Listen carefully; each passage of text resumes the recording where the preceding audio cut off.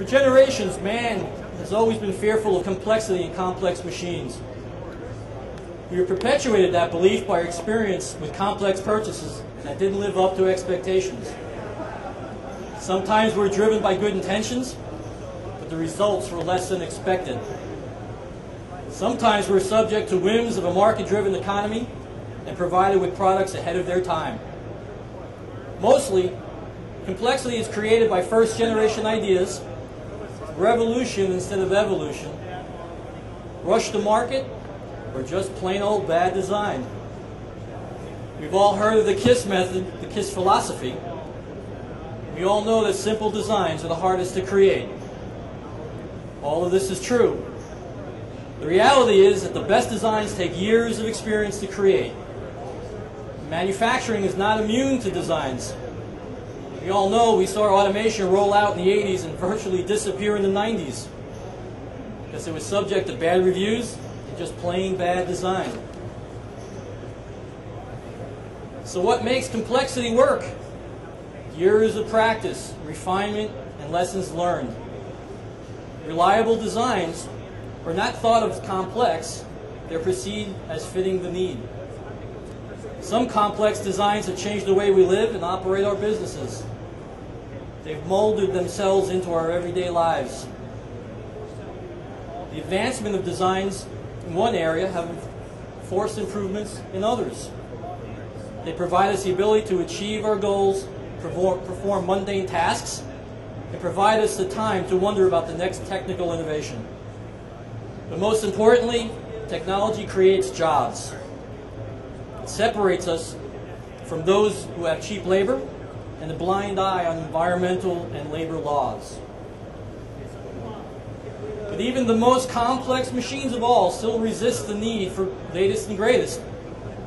With all the complexity of the space shuttle, technology takes a backseat to reliability, using only what's needed to perform the task.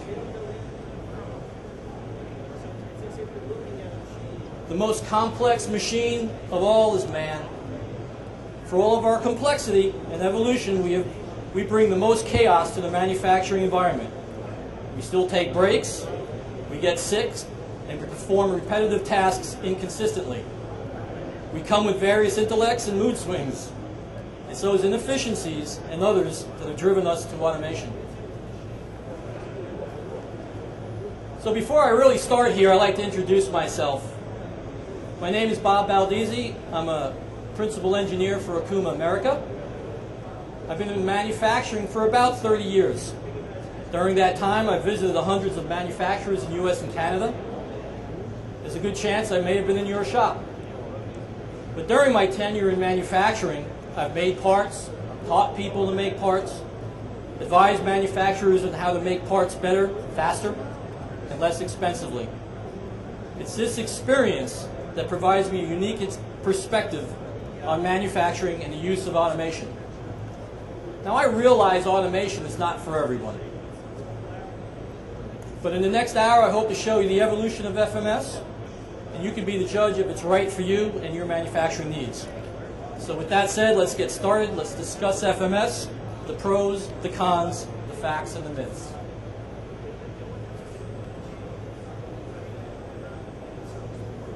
So what we're going to do is have a couple of discussion topics. We're going to first start out with the definition of FMS. What is it really? Go into the benefits of FMS. I know everybody knows that abstractly, but let's dive into it a little bit. I have a case study that we did for a particular customer. It was a kind of difficult case study, but it'll kind of bring us through on how he made his decision to go with automation, particularly an FMS system. And then we'll go through our system. What does Okuma bring to the table as far as FMS? And we'll end with some frequently asked questions, and then hopefully some of your questions based on what we talked about today. So what is a flexible manufacturing system? Well, there's a description up there. You can read that. But the key word there is flexibility. We have to be able to be flexible, to be able to attack any part, anytime, anywhere, anyhow, as quickly as possible. When FMS systems first came out, that was the idea. The problem was the technology was not there. The idea was ahead of its time. We had complex automation, we had complex programming, we had reliability issues. So in the end, a lot of it got abandoned.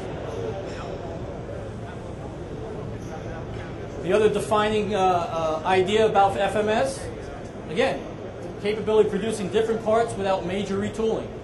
Those of you who just heard Larry, we heard about spindle utilization or lack thereof in our shops. We heard about setup time. We need to be able to get our parts running faster, get that spindle utilization up as quick as possible. FMS definition also includes the changing of our production schedule. Nobody has a crystal ball. Everybody's production schedule changes almost on a minute-by-minute basis. How agile are you to chase those changes? And you see that there. You hear the words agile, tack time, customer-centric, lean. All those buzzwords that are part of our manufacturing daily lives all fall into FMS. So, what are the benefits of FMS? Well, again, that gets us to the means to an end. We get those parts changed over quicker. Why? Because the spindle is generally running while we're changing over. We have multiple pallets. During that time the machine is running those multiple pallets, we could be changing over in the load station. Lower direct labor costs. You're going to run this thing unattended. We're going to create a robust process so it can. Again, those of you who heard Larry heard about all the innovations that our control is capable of doing, plus all the innovations that our partners have brought to the table. We make a robust process, the machine runs itself, no labor costs. Why is this important? I found this last week while I was preparing for this. Interesting that 79% of Americans say a strong manufacturing base is a priority. And certainly we've heard our president lately talking about jobs, and we've seen all the press release photos of him in large manufacturing organizations. Public is buying into it, except when you ask them about their children. Only 33% of them want their child to pursue a manufacturing job. What is that going to do to our business? It's going to force us down this road.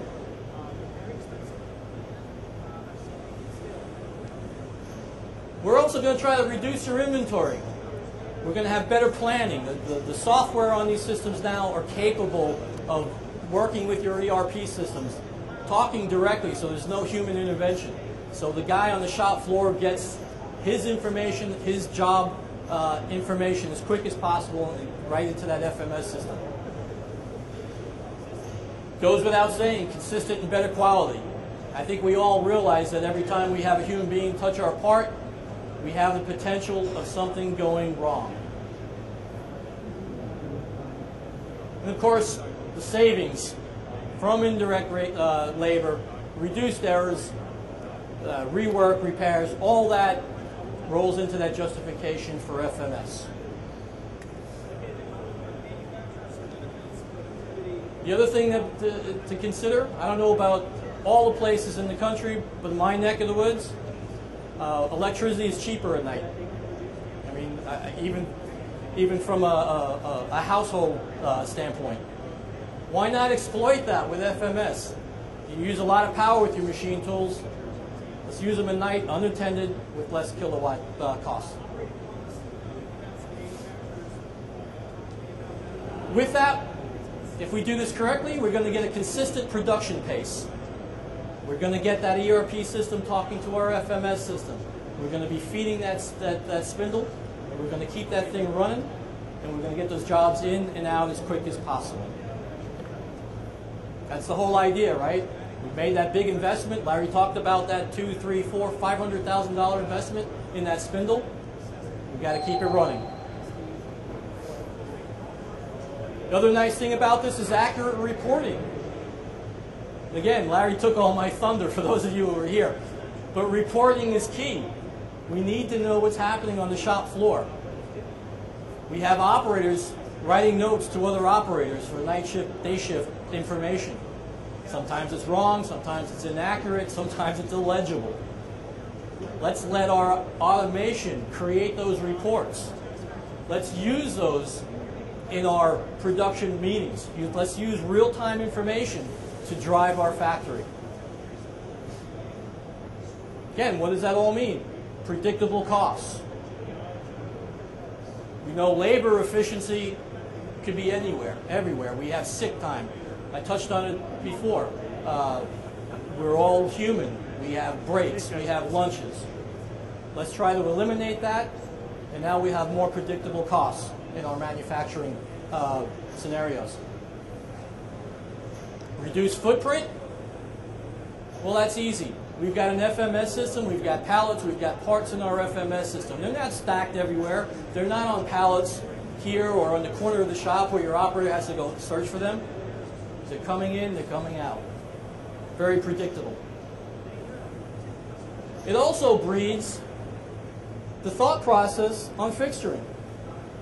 Again, you know, there are fixture concepts out there. I've seen them, big hydraulic systems and tubes and hoses and things. Well, yeah, there are parts out there that you need to have that. But there are other interesting ideas out there that you could utilize, and I've seen utilized on FMS systems and standalone machines. Things like ball lock, 0-point, dovetail systems. Why not first op, machine in a dovetail, and then use that as a locating point for your part for the rest of its processes? Why not? But what's the single largest benefit of FMS? Spindle utilization. You're not paying for that machine unless that spindle is running. No question about it. So let's talk about spindle utilization. Some of the things that I've seen in my experience out there, and some of the feedback that we've gotten from you as manufacturers. So an 8-hour shift, a vertical machining center. What do you think we've got there as far as spindle utilization? And I'm being generous here when I say 30%. 30% of the time that spindle is running. Well, it's easy. The part stops, the program stops, the machine stops running. Operator's got to get in there, he's got to clean his chips, he's got to take the part out, clean it again, put his part in, close the door, the cycle start. Doesn't sound like a lot of time, right? It's a couple of tasks, bing, bing, bing. Guy takes the part out, bell rings, he goes on the break, he goes on, he's got to get his inspection stuff, he doesn't have his tools, his inserts. A lot of time there's a lot of lag in between when that part is stopped on the vertical to when it starts up again. So what does that equate to? Staggering. A little over 2.5 hours of an 8-hour shift. Holy cow. It's going to take you a while to pay for that spindle. Horizontal machining center. Well, they're a little different. They normally come with pallets, right? What do we get out of a horizontal machining center, standalone? Again, a good day, 80%. Again, it's subject to some of the same issues that a vertical is, but not as prone to some of those issues. So we get a little better production out of a horizontal. 6.4 hours production shift. Easy math. It better be better. It costs more. So let's take that scenario and we go one step further. Let's say a horizontal machining center, and we hook that up to, let's say, a 12-pallet FMS. It's 90% spindle utilization. I'm not making this up, I've seen it.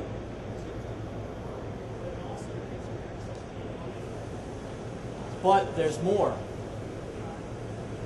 Besides that 7.2 hours of production out of that 90%, there are additional hours of unmanned production. That's also at that 90%. I mean, it's kind of difficult to say 100%. You're never going to get that out of any machine. But how many hours is that? How many hours is that you're going to get, not necessarily for free, so you've got to pay for the electricity and things of that nature, the tooling, but how many hours? Well, that's a variable. And it's a variable because of the type of parts, the cycle times, the number of tools, things of that nature. But let's go through that a little bit with this case study. I know there's a bunch of data here on the screen, but let's just look at this. This was a customer that we visited a while back. And we sat down and he asked the plain question that all of you would ask. How can I justify this thing? And we talked about all those benefits that I just showed you in those previous slides, all that generic stuff.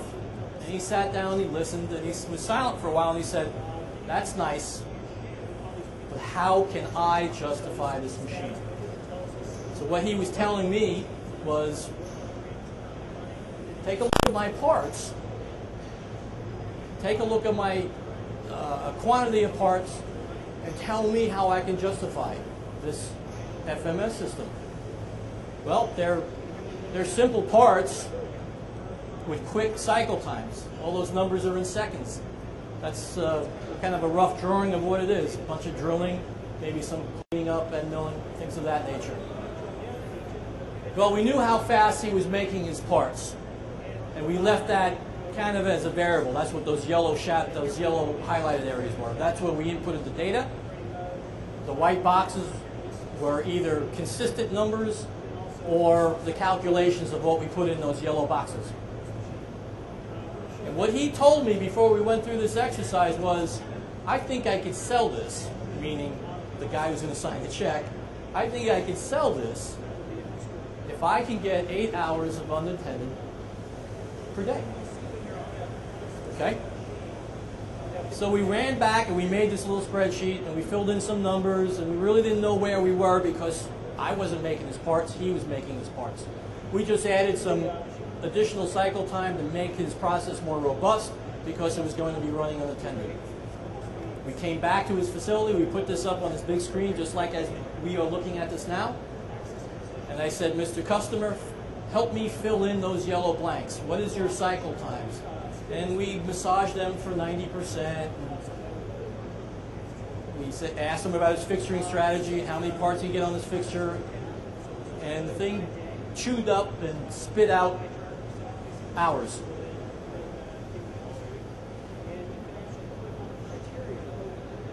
What we wound up with was 9.2 hours of unattended, on average, unattended machining.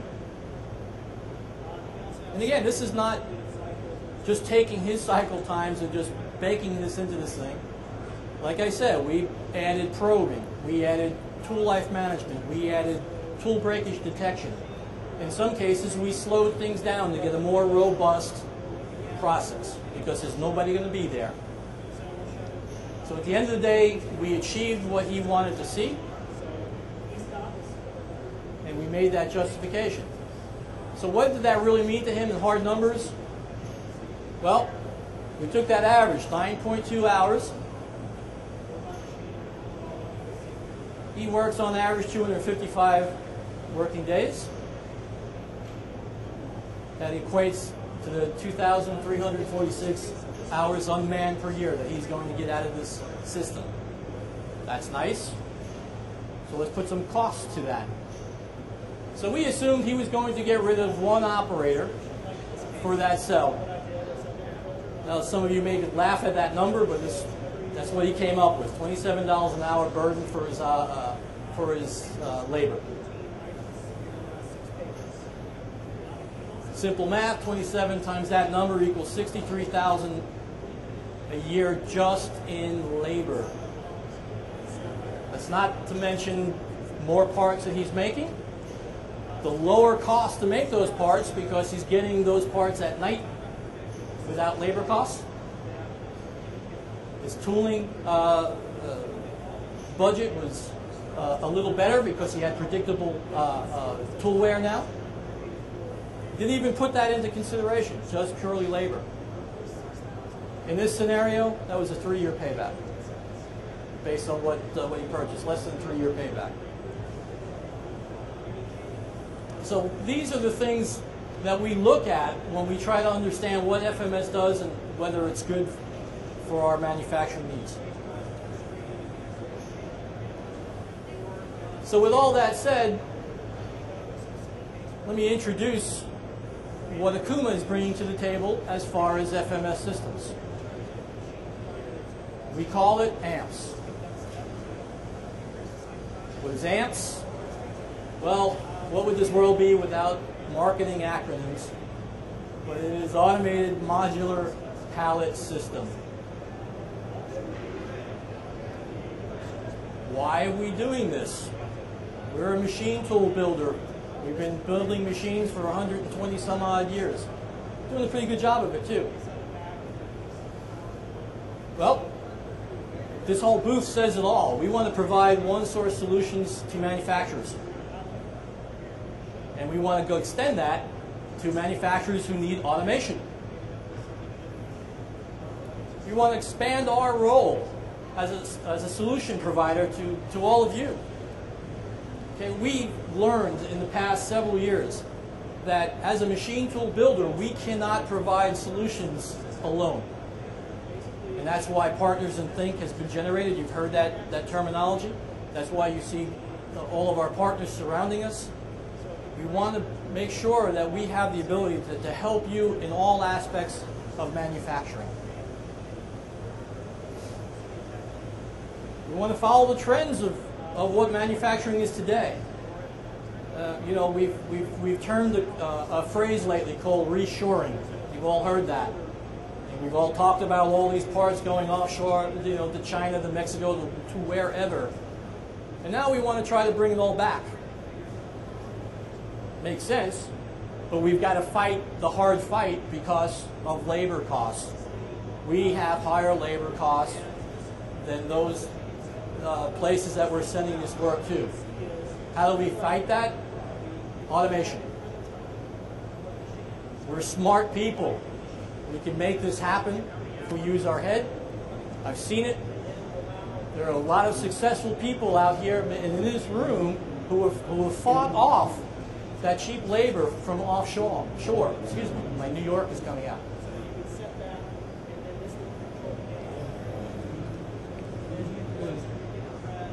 Probably most importantly, I can stand up here and talk about automation all I want, but I don't want to ignore the fact that I'm talking about a machine that's going to be running and running and running and running.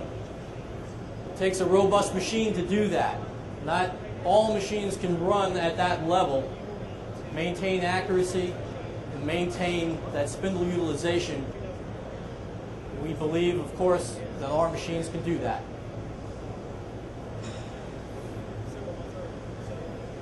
So, what makes automation or FMS systems different now than they were in the past? Simplicity, pure and simple. Same thing like everything else that we deal with right now. Complex things have now become simplified through technology. I'm not going to explain everything that's up there, but the fact of the matter is that we are using standard devices to communicate between the machine tools and the FMS system. I mean, I have a house that's wired for Ethernet. If you look at the diagram of the computers inside my house, it doesn't look any different than this. I've got an internet focal point, I've got a distribution, and I've got computers. Well, it's the same thing that you see with those machines. The only difference there is those purple lines. Those are hardwired lines, and that's basically your safety circuit. You do not want to have that get tied up in between Ethernet signals. You want hard wires on those E-stops to keep everybody safe. So, very simplistic. Used to be, we had a cable this big running between machines and FMS. That's not the case anymore. Same cable that's hooked up to your computer, it's the same one we use. So besides that easy connectivity, it has to be simple to run. We talked about that earlier, how FMS kind of failed, 30 years ago because computer power wasn't there. We didn't have that ability, so we made these really hard and difficult interfaces that a rocket scientist was needed to be hired in order to run. If you look at this behind me, it's graphical. The whole world is graphical interface. Why? We need it to be simple. We don't need to burn cycles of trying to decipher how to run this thing. We need it to be simple as possible so we can get to the end result, which is making parts as quick as possible. So this example that I'm showing here is a dashboard. This is a main screen that shows up on the screen. Across the top are all the devices. You click on the device, and the bottom of the screen changes to tell you what's going on. So you can see what's in the load station, whether you have one or two load stations. You can see what's in the pallet locations. You can see what's in the machine. At any given moment, it's telling you everything that's happening.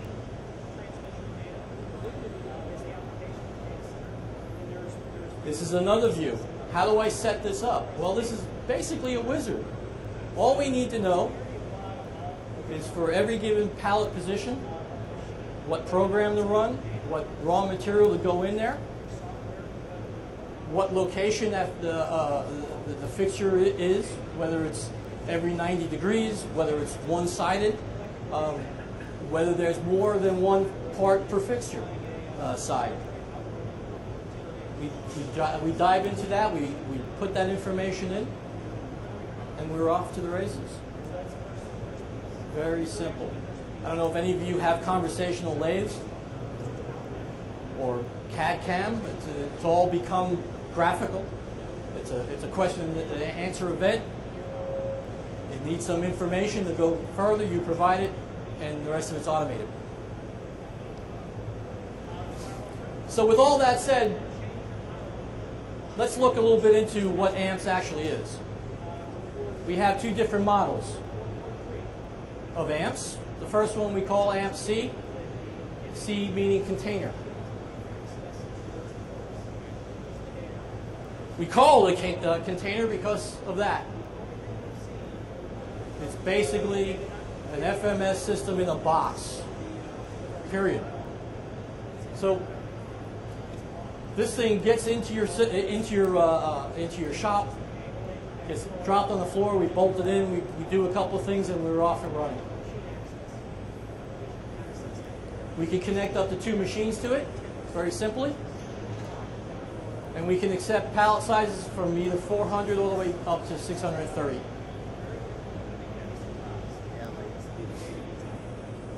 And of course, it has the intelligent FMS control that we talked about earlier. We can also extend this. The base system comes with 1 load station and will run 1 machine. So basically we turn that into that just by bolting on another module, if you will. You don't necessarily have to add 2 load stations as shown there, but you can. And you can see it's stacked too high. Again, trying to save some floor space. It's our economical way to provide FMS to you and increase your production capacity. The other nice thing about this is behind that system, back here, there's no need to get back there. So this thing could go right up against the wall and save your floor space. I mean, virtually right up against the wall. And again, it's in a box. We all know our factory changes. We need more capacity. We need to change our layout. Well, we can pick this thing up, move it, drop it back down, be running again in a day. It's, factory tested. So before it goes to your shop, it's tested. Of course, we don't have your machine there, but we do have put a stand there, and we simulate the pallet location on the machine. We teach all the locations there, so all that is done. We're not going to do that on your location and waste time. We use standard connectors. I've done it myself, very easy. Plug and play, bang, bang, bang. That's how we hook up besides that Ethernet cable. documentation, of course, and quite literally done in a day. We unload it from the truck, we adjust the legs, we level it up, we install the loading station, that gets bolted up and leveled. We connect those cables, we do use air for the loading station. We teach the system where our machine is, where our pallet location is, and then we start operation, quite literally in a day. We have another system called AMPS-M magazine. Brings us to a little higher level of technology and capability. You can see just from that picture alone, it's bigger. We could go up to 10 machines. We have that same pallet capability and size. We could go up to 300 pallets if you need to, and 4 load stations. We could really make this thing a monster as far as making parts for you. Stacker crane is faster.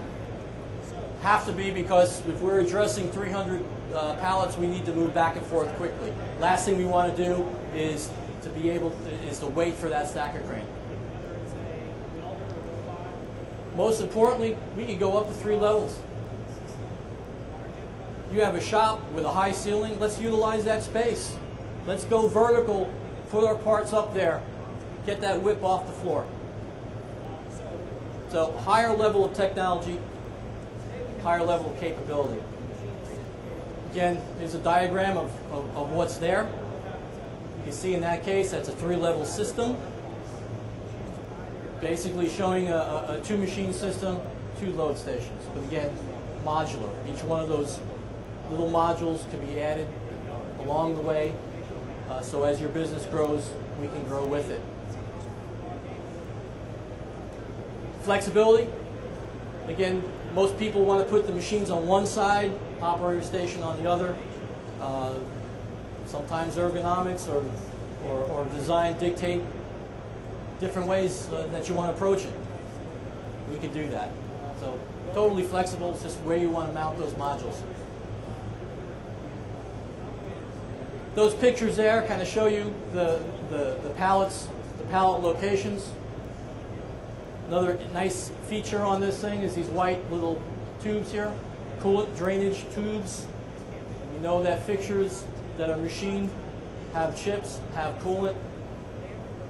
If there's any excess coolant that goes with that pallet, it gets drained to a central location and dealt with a pump that comes with the system. Again, this one can be located against the wall as well, and that picture kind of shows that. Obviously, it's safe. We have lockouts. If any technicians need to go inside there, the system is locked out. Again, we put our documentation on the controller in case there's any need for reference. This one also factory tested. Last thing we want to do is sit here and test this thing on your factory floor. We want to get it running as quick as possible. Again, floor space. They can get big, I'll admit that. But when you start thinking about how much whip and how many parts can be scattered across your shop floor, that gets kind of staggering. When you start putting it in the central location, you use less floor space. So again, all the same things that we saw with the AMP-C system, with the fast startup and installation. And of course, modular. We can change it on the fly. We talked a little bit about extra capability of the control because this is a higher level of automation. One of the things that we can provide with this system is tool data checking. We talked about all these nice controls that are on these machines today and what they can do and the wonder that they bring to the shop floor. So let's exploit that. Let's find out from the machine tool if it's capable of making the parts that you have queued up for the overnight. The last thing you want is to make this nice queue of parts only to find out that you don't have a tool that's capable of running them all in that time frame. we can make this system go out, poll the machine's tool life libraries, find out what tools it's needed to make the parts that are in the queue, and then report back to the operator to say, yes, this machine is capable, that machine's not. So that operator can run that report during the day, make the necessary changes to his machine tool, make sure he has tools that are sharp and have the life that's necessary, and press the button and go home. So we can see from the cell controller, the tool libraries from the machines, whether it's 1 or it's 10. We can see all that without the operator going to each individual machine and each individual machine controller and write down tool life. It all comes together in a nice little report.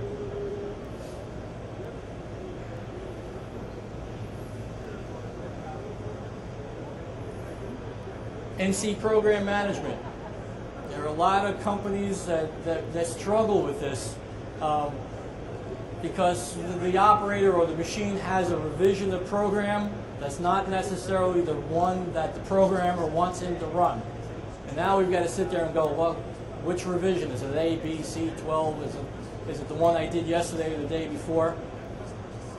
Well, we have the ability with AMSM to maintain those programs in a storage library that is controlled by the AMP system. It doesn't necessarily have to reside on the cell controller. It can reach out to your engineering computer wherever that may be. And what it can do is just sit there and say, okay, we got to run part number ABC. Reach out, grab the program that I know is the latest and greatest, feed it to the machine, and run program A, B, and C. We could go the next step, of course, and we could go, when we're done with program ABC, it can automatically be deleted from your machine tool. So there's no chance of running a legacy program ever again. So there's a lot of capability there. If you do have any program issues or program management issues, we can handle it with this option. You can see some of the benefits there as I scroll through here. So a single place for storage and a single place for determining which program to run. Lastly, we have something called status monitor. Again, data is power, knowledge is power. Why not get real-time information of what your cell is doing instead of the old way of getting it from your operator? So we can track downtime, we can track utilization rate, availability, mean time between failures, mean downtime, OEE. We can inundate you with information, or we can give you the information that you need and custom tailor it accordingly to run your business. There's no sense in sitting there and going through reams of paper to determine what's going on with the cell. We could tailor that, drill right down to the problems, so we can fix the problems right at the production level. There are people out there today using data like that in their daily or weekly production meetings. They're running their production meetings based on the information coming off the cell controller. It also gives remote alarm capability. Remember, there's nobody there. If something goes wrong, there's nobody there to find out what the problem is. When you can designate that lucky guy who gets that email or that phone call from the cell controller to let them know if something went wrong. So instead of waiting until the next morning when your normal shift comes in to find out that the cell didn't make anything, it'll email or has the capability of emailing what happened to that designated person. Let's get it fixed right away. So with all that said, what's the best? Well, I don't know. Let's go through it. There's our two models, AMP-C and AMP-M. And you can see the capabilities of both. It's highlighted in green and yellow. The best choices for a 400 size machine, 500 size machine, or a 630 size machine. You can see in yellow there are choices also. There are some restrictions if you go that route. And basically it amounts to weight capacity and height capacity. So you may be able to save a couple of bucks if your fixture and your parts are a lightweight design and don't utilize the whole y-axis of the machine tool. In that case, you can do one of those yellow boxes and save a couple bucks and not go to a higher level of model of amps. So there's a decision matrix right there. What's best? So with amp C, in summary, no more than 2 machines, 20 to 24 pallets maximum depending on the size of the unit. Footprint, roughly 24 foot by 8 by 9. Crane runs about 129 to 150 seconds from taking a pallet out of the machine, putting it back, getting a fresh pallet, putting it in the machine. Now, don't really worry about that because you have a horizontal machining center attached to it. All we're doing is we're servicing that pallet location that's not in the machining envelope. So rarely do we have a situation where we're waiting for the crane. AMCs are low complexity solution. Again, it's in the box, plug it in, let's go.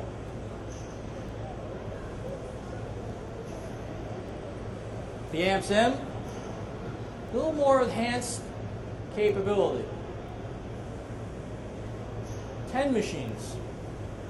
Hard even to think that many machines on an FMS, but yes, we can do it. 10 machines, 300 pallet locations, 4 load stations. Use the vertical space, 3 levels high. We have that capability, either 2 or 3. Crane is a little bit more complex. It runs a lot faster, 75 to 90 second exchange time. That same criteria. So again, in summary, advanced technology for advanced automation requirements. It also has all those software additions that we talked about, the data mining, the tool library checking, things of that nature, NC storage. So what are the frequently asked questions for people who are considering FMS? Man, that's a lot of pallets. Where can I get them? Well, we make pallets, yes. You can get them from us. But we have partners. This partner is right there, 30 feet away from us. Go say hello to them. Bushy, work holding. They have a bunch of Okuma machines.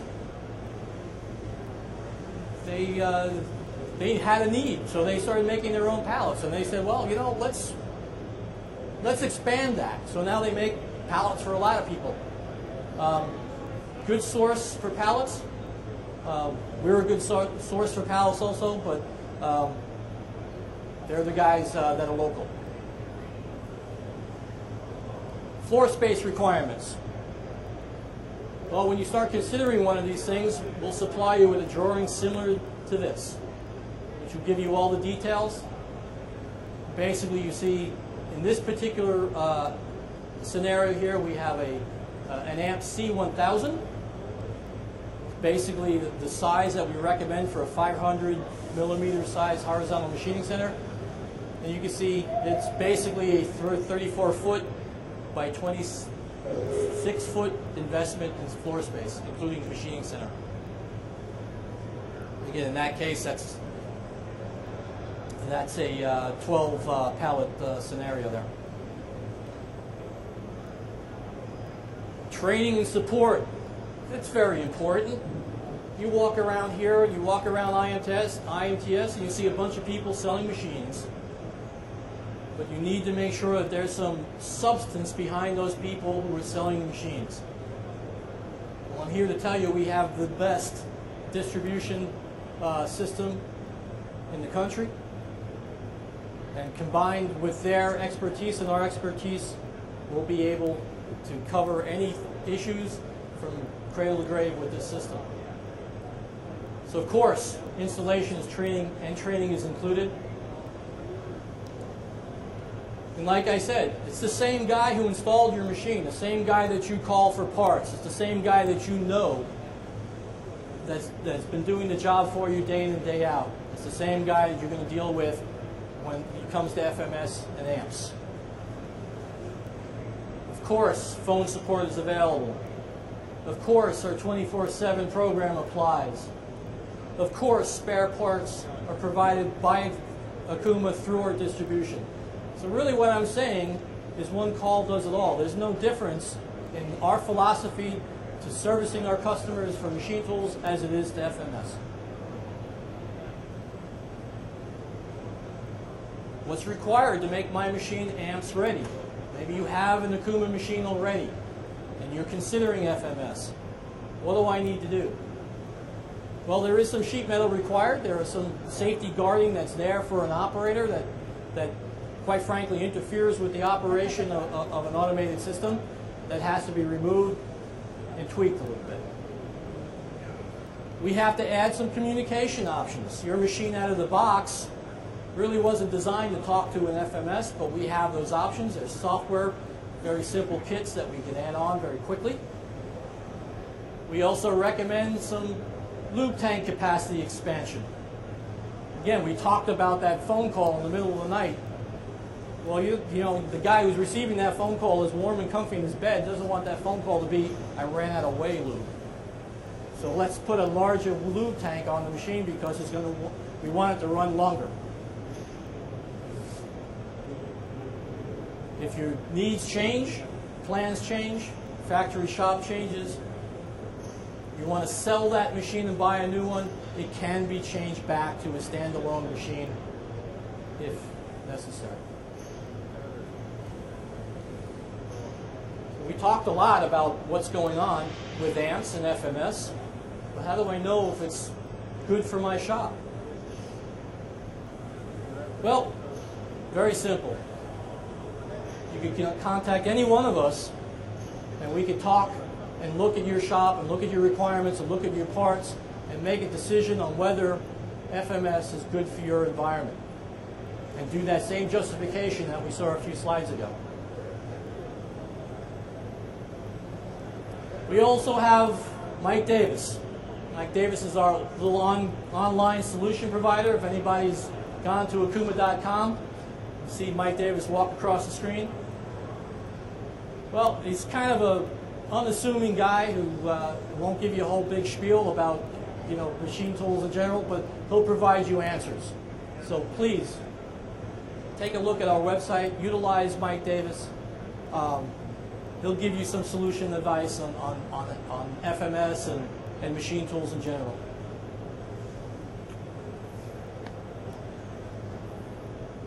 Any questions? Anything for me? Yes, Mr. Frick.